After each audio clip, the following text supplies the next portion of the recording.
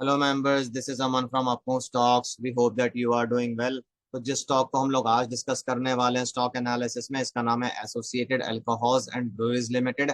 इस स्टॉक को कवर करने का ये कारण है कि स्टॉक ने पिछले हफ्ते बहुत अच्छा अपसाइड दिया है। निफ्टी पिछले हफ्ते काफी वॉलेटाइल रही है, बट इस स्टॉक ने अगेंस्ट द मार्केट मूव किया है। ऑलमोस्ट 15% का अपसाइड दिया है पिछले हफ्ते में, और वॉल्यूम भी काफी सपोर्टिव रही है इस प्राइस राइज में।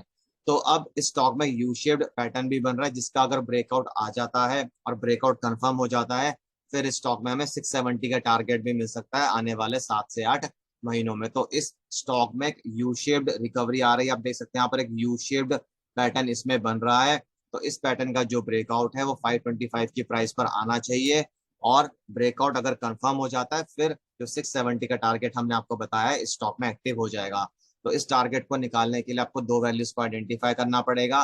पहली वैल्यू होगी ब्रेकआउट प्राइस, और दूसरी वैल्यू होगी difference between the breakout price and the lowest value of the U shaped pattern. तो इस केस में जो ब्रेकआउट प्राइस है वो 525 की है, जैसे कि हमने आपको बताया, और जो लोएस्ट वैल्यू है पूरे यू शेप पैटर्न की, दैट इज अराउंड 380 रुपीज। जब आप इन दोनों वैल्यूज को इस फॉर्मूला में डाल देंगे, आपको मैक्सिमम टारगेट मिल जाएगा ऊपर की तरफ, वो है 670 रुपीज का। तो दो वैल्यूज आपको आइडेंटिफाई करनी पड़ेंगी। पहली है ब्रेकआउट प्राइस, और दूसरी है lowest value of the U shaped pattern. आपको इस बात का ध्यान रखना है कि ब्रेकआउट अभी आया नहीं है, पहले ब्रेकआउट आएगा, और जब वो ब्रेकआउट कंफर्म हो जाएगा, फिर इस स्टॉक में हमें 670 का टारगेट भी मिल सकता है आने वाले 7 से 8 महीनों में। तो ये तो हो गए मैक्सिमम टारगेट की बात, अगर ब्रेकआउट आ जाता है और वो कंफर्म हो जाता है 525 की प्राइस पर। अब हम ये मान लेते हैं कि ब्रेकआउट आ जाता है आने वाले हफ्तों में, और स्टॉक उस ब्रेकआउट को कंफर्म भी कर देता है।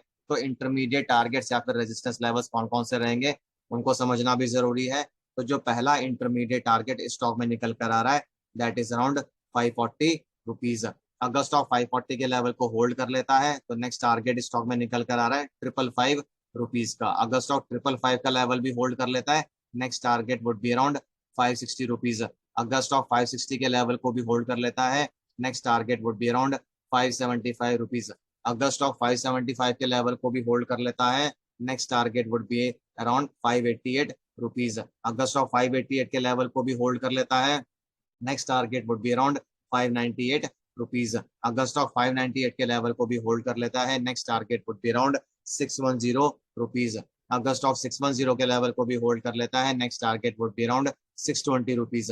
अगर स्टॉक 620 के लेवल को भी होल्ड कर लेता है, next target would be around 653। और फिर इस स्टॉक में 654 के बाद कोई भी रेजिस्टेंस नहीं है, इसलिए 670 का जो टारगेट है वो काफी जल्दी आ सकता है इस स्टॉक में। तो पहला टारगेट होगा 540 का, उसके बाद 555 का, उसके बाद 560 का, उसके बाद 575 का, उसके बाद 588 का, उसके बाद 598 का, उसके बाद 610 का, उसके बाद 620 का, उसके बाद 653 का, और फाइनली 670 का, जो मैक्सिमम टारगेट हमने आपको निकाल के दिखाया on the basis of the U shaped pattern. आपको बस इस चीज का ध्यान रखना है कि ब्रेकआउट अभी आया नहीं है, ब्रेकआउट आएगा 525 की प्राइस पर। ऐसा भी हो सकता है कि स्टॉक स्टॉक यहाँ से नीचे आए और फिर वापस ऊपर जाए, बट अगर अगले हफ्ते ही ब्रेकआउट आ जाता है और उसके नेक्स्ट हफ्ते ही ब्रेकआउट कंफर्म हो जाता है, फिर ये टारगेट कहीं ना कहीं स्टॉक में एक्टिव हो जाएगा 670 रुपीज का। तो ये तो हो गए ऊपर के टारगेट्स या फिर रेजिस्टेंस लेवल्स। ये जो 9 इंटरमीडिएट टारगेट्स हमने आपके साथ शेयर किए हैं, ये हर टारगेट रेजिस्टेंस की तरह भी काम करेगा। किसी भी टारगेट को टच करके स्टॉक वापस नीचे आ सकता है। तो ये हो गए इंटरमीडिएट टारगेट्स। मैक्सिमम टारगेट कैसे कैलकुलेट करना है वो भी हमने आपके साथ शेयर कर दिया है। इस स्टॉक में 654 के बाद कोई भी रेजिस्टेंस नहीं रह जाती है। अगर 654 का लेवल स्टॉक तोड़ देता है, फिर 670 का टारगेट हो सकता है कि हमें सेम डे भी मिल जाए। तो ये तो हो गई ऊपर की बात। अब ये समझ लेते हैं कि स्टॉक आने वाले हफ्तों में 525 की प्राइस का ब्रेकआउट दे देता है और उसको कंफर्म भी कर देता है, तो इन केस अगर स्टॉक वापस नीचे आना शुरू करता है, तो उसको कहाँ पर सपोर्ट मिलना चाहिए।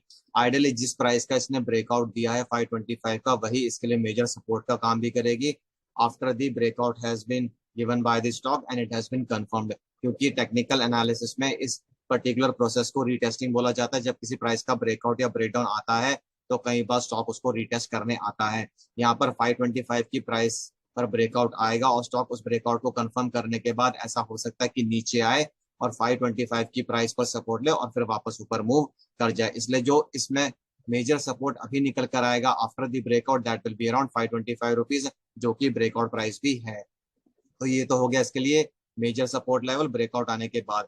अगर स्टॉक 525 की प्राइस को तोड़ देता है और उसके नीचे सस्टेन करना शुरू कर देता है, फिर स्टॉक में जो मेजर सपोर्ट लेवल निकल कर आ रहा है दैट इज अराउंड 475 रुपीज, जो कि 525 की प्राइस से काफी नीचे हो जाएगा। तो मेजर सपोर्ट लेवल होगा 475 का, बट ब्रेकआउट आने के बाद जो इमीडिएट मेजर सपोर्ट है दैट इज अराउंड 525 रुपीज। किसी भी हालत में स्टॉक को 525 की प्राइस के नीचे नहीं क्लोज करना चाहिए, क्योंकि फिर स्टॉक नीचे आ सकता है और 475 के लेवल को भी टच कर सकता है। तो अगर आपको स्टॉक से रिलेटेड कुछ भी कंसर्न्स, क्वेरीज या सजेशंस हो तो आप कमेंट बॉक्स में डाल सकते हैं, हम उनका रिप्लाई करने की कोशिश करेंगे जल्दी से जल्दी। और इसी के साथ मैं इस वीडियो को एंड करूंगा। This is Aman signing off, bye bye, take care.